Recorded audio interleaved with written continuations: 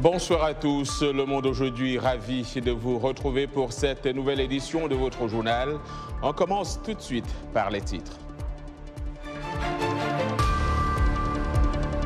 La terreur djihadiste frappe à nouveau au Niger où pas moins de 21 personnes, dont 2 policiers, ont été tués dans 2 attaques survenues dans la région de Tillabéri, dans le sud-ouest du pays, près du Burkina Faso.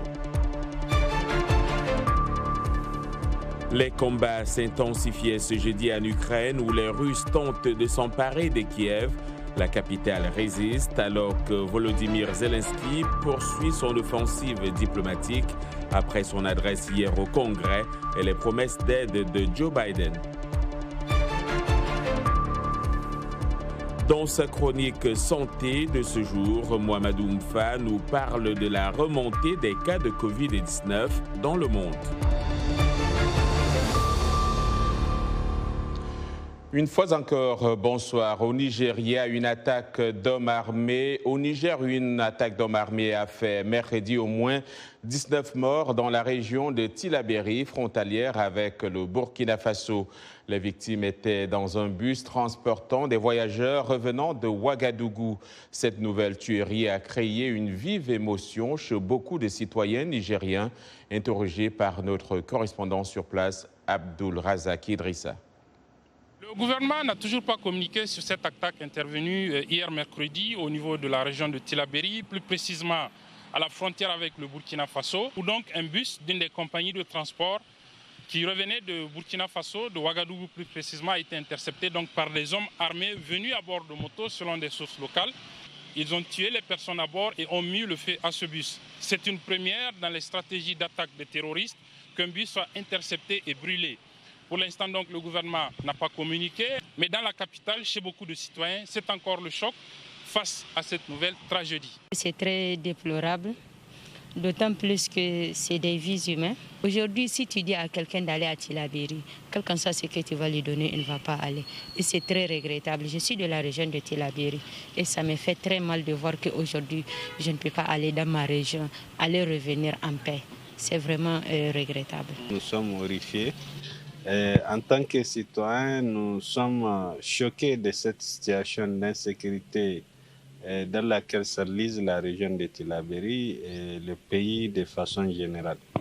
Nous sommes d'autant plus choqués que la sécurité, c'est quand même le premier besoin des citoyens. C'est la première obligation pour tout État. Mais à quoi sert un État qui n'est pas capable d'assurer un minimum de sécurité à ses citoyens, à ses concitoyens? Nous sommes dans ce cas de figure. C'est vraiment regrettable parce que maintenant le Tchèque c'est devenu chaque semaine. Chaque semaine, il y a des citoyens nigériens qui sont morts, ou bien des Burkinabés, ou bien des Maliens. Cette zone de 3 frontières qu'on appelle la zone de 3 frontières aujourd'hui, c'est une zone où la mort est devenue le quotidien de la population, de ces groupes armés-là. Et sans oublier qu'il y a une force qui est là depuis des années, des forces internationales, qui est composée de plusieurs militaires nationaux et internationaux, qui se disent maintenir la paix pendant plus de 10 ans, 9 ans, 10 ans, mais ça ne fait que s'accentuer. Autre lieu, autre préoccupation, la lutte contre l'esclavage était à l'ordre du jour d'une rencontre réunissant des délégations de pays du Sahel à Nouakchott, en Mauritanie. Voici le compte rendu de notre correspondant sur place, Mohamed Diop.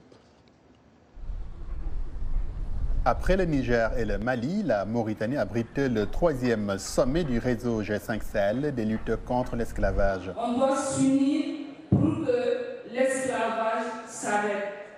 L'événement a réuni durant 2 jours des ONG des pays du Sahel, le Burkina Faso, la Guinée, le Mali, la Mauritanie, le Niger, le Sénégal et le Tchad, qui militent contre l'esclavage. C'est assez important aujourd'hui que nous mettions nos efforts en commun pour faire face à cette tragédie, à ce phénomène qui est en train de gagner du terrain de plus en plus dans nos États respectifs. Dans des pays du G5 Sahel, de façon globale, il y a des formes même, je dirais, violentes et très répressives, où il y a des morts d'hommes. Nous l'avons vu également, par exemple, à Caille, l'année dernière et cette année, en dépit, bien sûr, de la volonté politique des gouvernants. Les fois passées, lorsque nous les dénonçons. L'esclavage persiste au Sahel malgré une pléthore de lois dissuasives. En Mauritanie, pays hôte, la pratique est abolie depuis 1981 et même taxée des crimes contre l'humanité dans la loi de 2015. Mais cette synergie qui est en branle en Mauritanie entre le pouvoir exécutif, depuis l'arrivée du président Kazouani, le pouvoir législatif, le pouvoir des ONG, de la société civile, cette synergie n'a pas encore englobé les juges, le pouvoir judiciaire qui reste tourné vers le passé. Les juges n'ont jamais appliqué la loi. Le sommet de Nouakchott annonce donc une alliance gouvernement-société civile pour rendre plus efficace la lutte contre l'esclavage. Idée saluée par le gouvernement mauritanien. Le thème de la rencontre reflète la bonne vision et la compréhension parfaite de la nécessité d'un partenariat entre les gouvernements et la société civile afin de promouvoir et de protéger les droits et les libertés.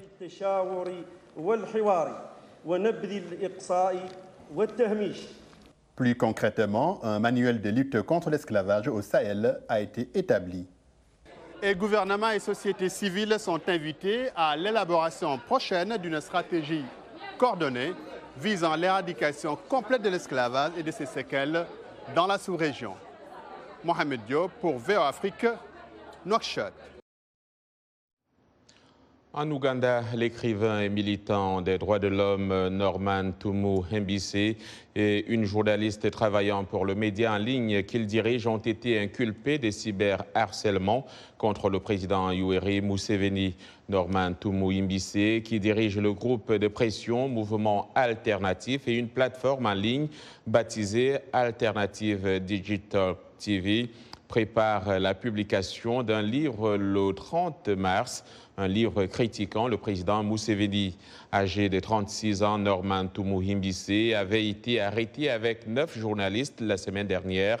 C'est le deuxième écrivain critique du pouvoir arrêté ces derniers mois après Kakwenza Rukira Bajaja qui a fui en Allemagne en février, quelques jours après avoir été libéré sous caution dans l'attente de son procès.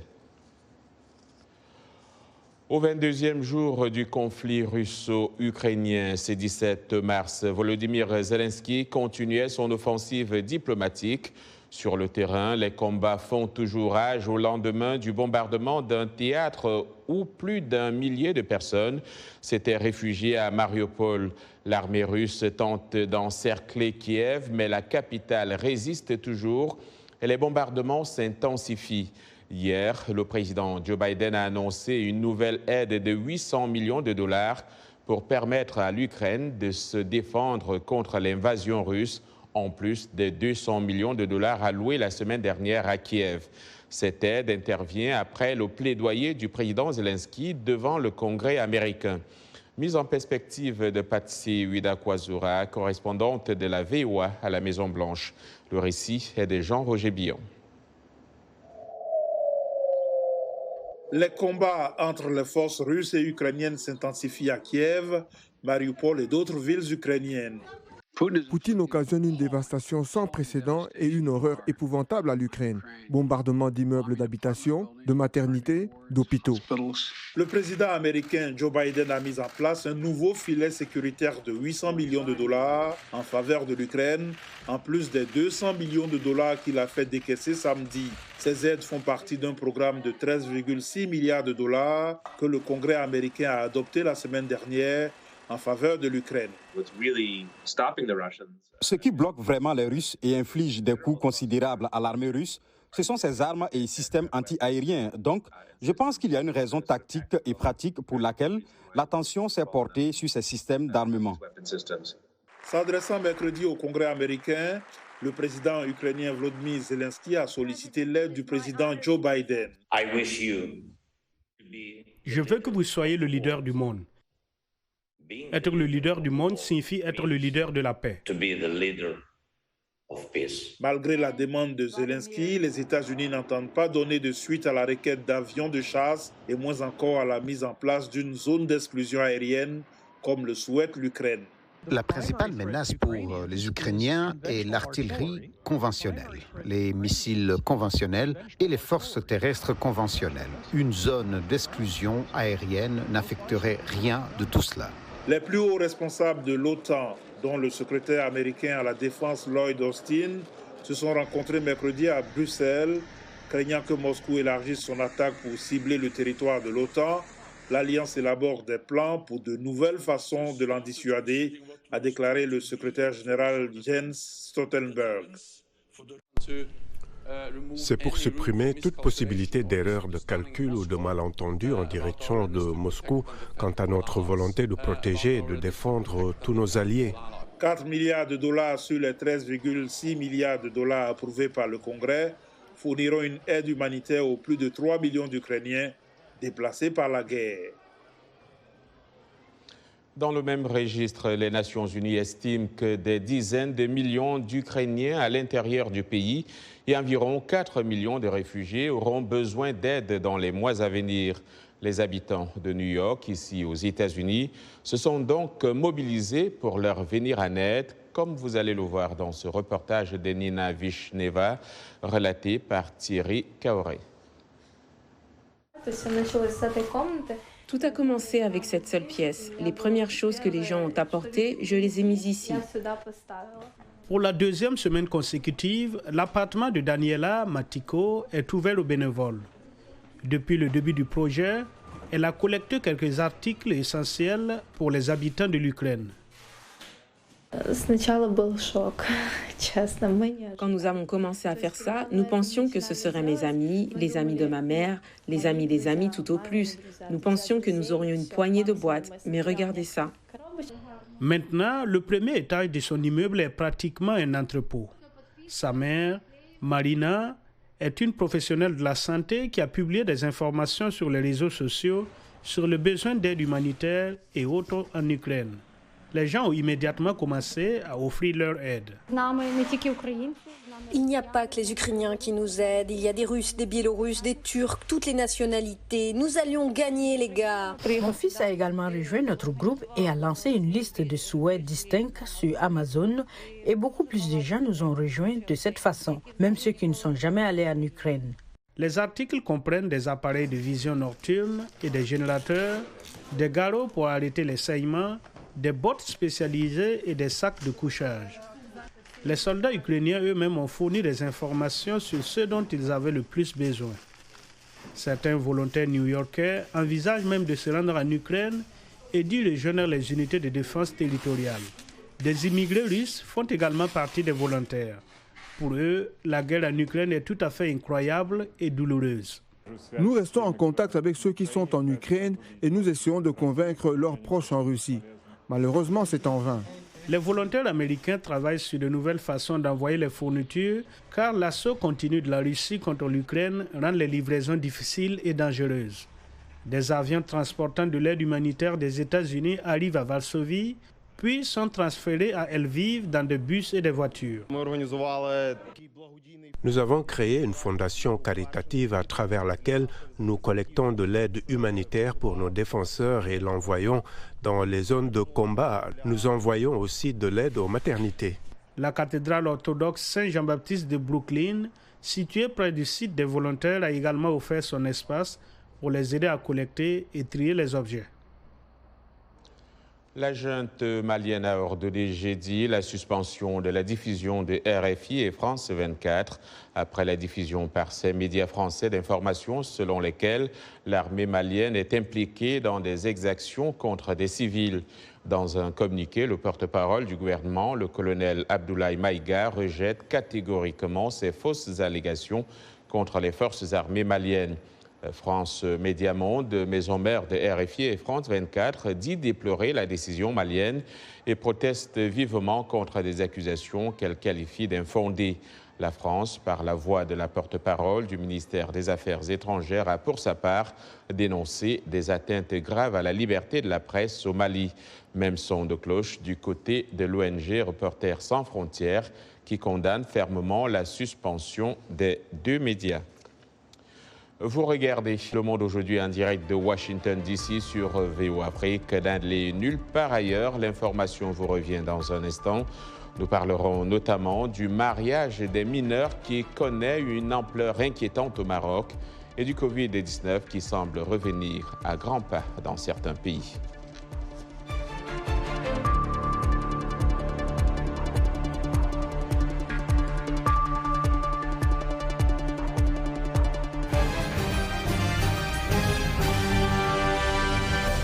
Mbote Ndeko Eli Sango, mbote na bino banso, bozali kolanda Saona Lingala na la Voix de l'Amérique, Uto Washington DC. Sango ya Mokili Lelo, c'est votre nouveau rendez-vous d'actualité en Lingala de la Voix de l'Amérique. Tous les jours, de lundi à vendredi, nous vous proposons 2 éditions d'actualité. La première de 17h à 17h30 temps universel et la deuxième de 19h30 à 20h temps universel. Politique, société, culture, économie, sport. La rédaction Lingala de la Voix de l'Amérique vous donne rendez-vous pour décrypter l'actualité congolaise, africaine et du monde. Sango ya Mokili Lelo, c'est tous les jours, de lundi à vendredi, sur nos ondes et celles de nos stations partenaires, dans l'une des plus belles langues d'Afrique, le Lingala.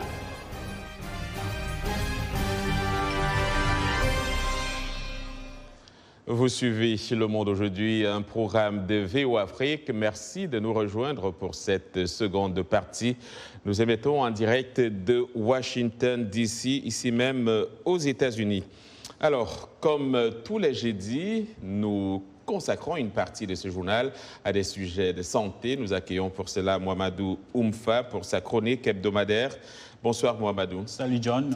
Alors aujourd'hui, on parle de la remontée des cas de Covid dans le monde. Oui John, il y a une remontée des cas de Covid-19. L'OMS a fait part hier mercredi de son inquiétude face à la remontée des cas de Covid-19 dans le monde. Au cours de la semaine dernière, selon l'agence onusienne en charge de la santé, l'on a constaté une augmentation de 8% des cas détectés avec plus de 11 millions de cas signalés à l'OMS et ce, malgré une réduction significative des tests de dépistage dans le monde. En Chine, par exemple, le ministère de la Santé a fait état de 2432 nouveaux cas de Covid-19 au cours des dernières 24 heures. Selon la Commission nationale chinoise de la santé, depuis le mois de mars, la fréquence des flambées épidémiques a augmenté de manière significative avec 28 provinces touchées. La Corée du Sud a signalé plus de 400 000 nouveaux cas de coronavirus mercredi, ce qui constitue le chiffre quotidien le plus élevé du pays depuis le début de la pandémie il y a 2 ans. Il y a en tout cas clairement, John, au niveau mondial, un rebond de la pandémie qui inquiète l'Organisation mondiale de la santé. On commençait à avoir un espoir qu'on en finirait avec ce Covid. Comment comprendre cette remontée de cas? Oui, John, l'OMS parle d'une combinaison de facteurs. Il s'agit d'une vague d'infection en grande partie alimentée par le sous-variant BA.2 d'Omicron qui déjà supplante le variant BA.1 dans certains pays.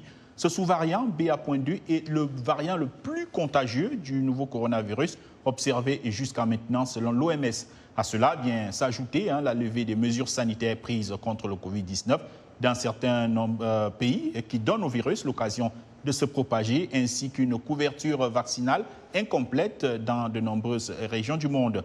L'OMS insiste sur le fait que lever les mesures restrictives, comme le font déjà plusieurs pays, est un facteur de propagation de la maladie. Écoutons à cet effet Maria Van Kerkhove. Elle est la responsable de l'OMS en charge de la lutte contre le Covid-19.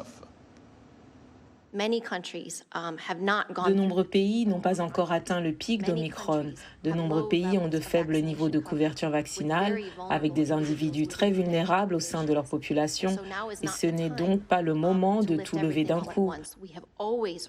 Nous avons toujours appelé à la prudence dans l'application des restrictions ainsi que dans la levée de ces restrictions, qui doit se faire de manière régulière et lente, étape par étape, car ce virus est assez dynamique et nous devons encore en tirer des enseignements.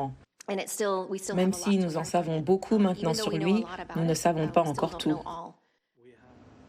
Alors, Mohamedou, pour terminer, quelles sont les mesures déjà pratiquées et celles recommandées pour freiner cette remontée des cas de Covid? Oui, les mesures déjà pratiquées dans certains pays comme la Chine. On a recommencé à confiner certains foyers de propagation et à dépister massivement. À Shanghai, la ville la plus peuplée de Chine avec 25 millions d'habitants, les autorités sanitaires continuaient mercredi à procéder à un dépistage massif.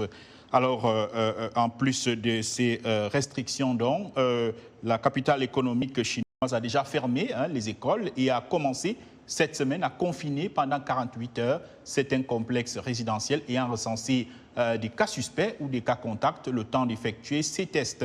Les autorités municipales ont déclaré mercredi qu'elles allaient également, dans les prochains jours, fermer et tester un nombre non précisé de zones clés. Donc, en plus de ces restrictions, l'OMS rappelle les mesures qui ont contribué à combattre le virus jusqu'ici, à savoir le port du masque, le respect de la distanciation physique, la vaccination, le dépistage et les traitements déjà disponibles, notamment pour les cas graves de Covid-19. Voilà, John, pour notre chronique de ce jeudi. Merci, Mohamedou, et à jeudi prochain. On va laisser la santé pour parler de l'agriculture. En dépit d'abonnements, donc d'abondantes ressources en eau et des millions d'hectares de terres arables, la Centrafrique souffre de la faim avec plus de la moitié de sa population se trouvant en état d'insécurité alimentaire. Mais aux portes de la capitale Bangui, une poignée d'investisseurs privés ont fait le pari de développer l'agriculture nationale dans la région de l'Obaï, relativement épargnée par les multiples crises sécuritaires qui secouent le pays et réputée pour sa fertilité agricole. Plus de précisions avec Blanche Sanou. La région fertile de la Lobaye, aux portes de la capitale centrafricaine Bangui, a des allures de jardins d'Éden avec des forêts touffues, sillonnées de rivières et des arbres gorgés de fruits aux fleurs multicolores. Les guerres civiles et exactions de nombreux groupes armés depuis 20 ans ont relativement épargné cette zone forestière. C'est là qu'une poignée d'investisseurs privés ont décidé de miser sur un potentiel agricole immense, mais encore largement inexploité. Parmi ces investisseurs, Raïd Hariri, directeur général de l'entreprise Palme d'Or. D'après les expériences et d'après mon point de vue aujourd'hui, il n'y a que le secteur privé qui pourrait développer le secteur agricole. Parce que nous assistons à cela depuis des années à travers les aides alimentaires qui ne développent jamais le secteur. Au contraire, ça nous rend plus feignants, ça inculque dans nos mentalités, dans nos têtes, la mentalité de l'assister, celui qui a toujours besoin de tendre la main pour qu'on lui donne de l'aide. Alors que quand c'est les privés qui prennent l'affaire au moins, c'est autre chose. C'est une question de partenariat entre ceux qui vont investir avec les producteurs et tout le monde est gagnant. Malgré d'abondantes ressources en eau et des millions d'hectares de terres arables, la Centrafrique souffre de la faim. Près de la moitié de la population s'y trouve en état d'urgence alimentaire, selon l'Organisation des Nations Unies pour l'alimentation et l'agriculture. Même l'agriculture vivrière est à peine développée, le manioc, la base des repas, est aux 2/3 importé. Les villageois ont choisi rapidement les cultures vivrières, telles que vous voyez ici, le champ de manioc, parce qu'ils pensent qu'au bout de 6 mois, 8 mois, 1 mois, il peut déjà avoir quelque chose pour se permettre de vivre. Mais le palmier à huile, il va attendre au bout de 3 ans. Il ne sait pas comment vivre. Donc il a préféré faire son champ de manioc et puis à la longue, autour d'1 an, il a du manioc qu'il peut manger une quantité et puis vendre l'autre pour avoir subvenir à ses besoins. Les millions déversés par des organisations internationales en aide alimentaire sont perçus par nombre de Centrafricains comme des réponses d'urgence au détriment du développement. Des investisseurs tentent de mettre en place une politique de proximité. Ici en Centrafrique, on a des conditions extrêmement favorables pour faire de l'agriculture de conservation, de l'agriculture régénérative. On a des terres disponibles. On a un climat exceptionnel, on a des conditions de marché assez exceptionnelles et en fait on a décidé de créer un champion de l'agriculture durable.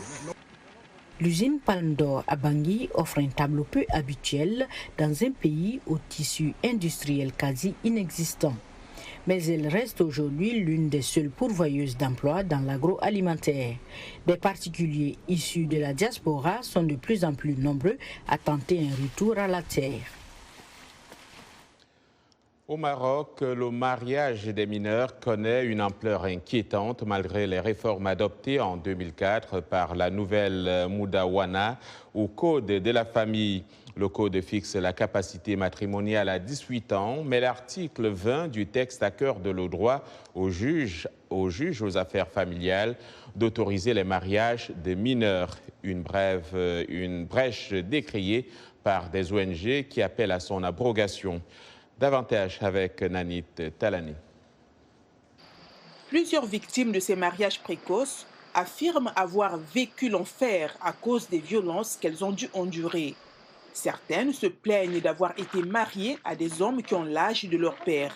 Différentes raisons sont à l'origine de ce phénomène, comme l'explique Naja Ikish, présidente de la Fondation Ito, qui lutte contre les mariages des mineurs. Si le mariage des mineurs dans le monde rural est causé par la non-scolarisation des filles, la pauvreté, la marginalisation, l'absence d'infrastructures, entre autres, dans le milieu urbain, il est causé par des idées conservatrices qui sont nées dans certains quartiers de villes comme Casablanca, Rabat, Fès ou Marrakech, et qui disent que la place de la jeune fille est chez son mari. La tragédie des mariages des mineurs prend une grande ampleur dans les zones reculées, enclavées et marginalisées comme celle de Tafraouten. C'est ce qui a poussé la Fondation Ito à organiser une caravane de sensibilisation annuelle dans la région. L'organisation œuvre depuis plus de 10 ans contre le mariage des adolescentes.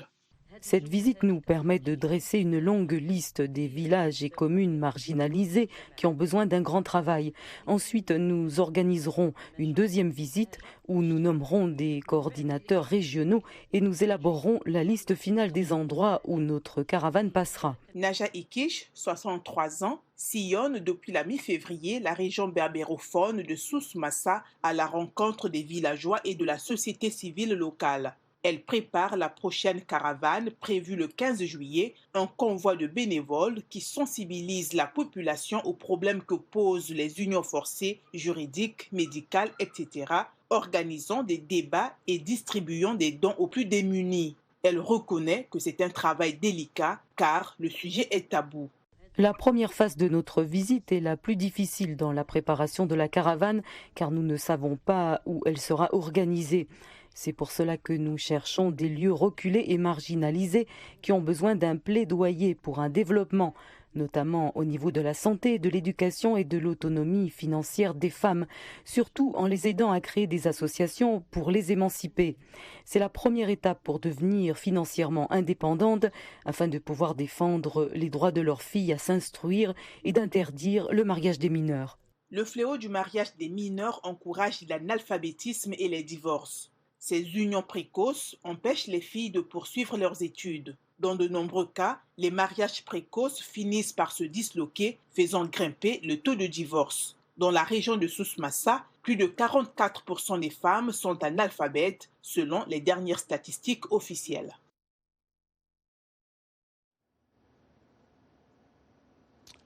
Le Monde aujourd'hui, c'est la fin de cette édition. Au nom de toute l'équipe, je vous dis merci de l'avoir suivi. Demain est un autre jour. D'ici là, passez une excellente soirée.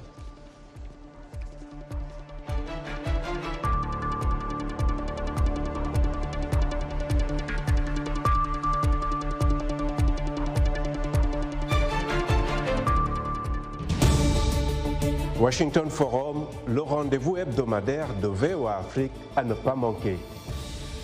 Chaque semaine, nous sommes ensemble pour 30 minutes pour décortiquer les grands sujets qui font l'actualité. Avec nos analystes et nos reporters, nous allons au fond des choses. Politique, économie, société, culture. Nous posons le débat et nos analystes sont là.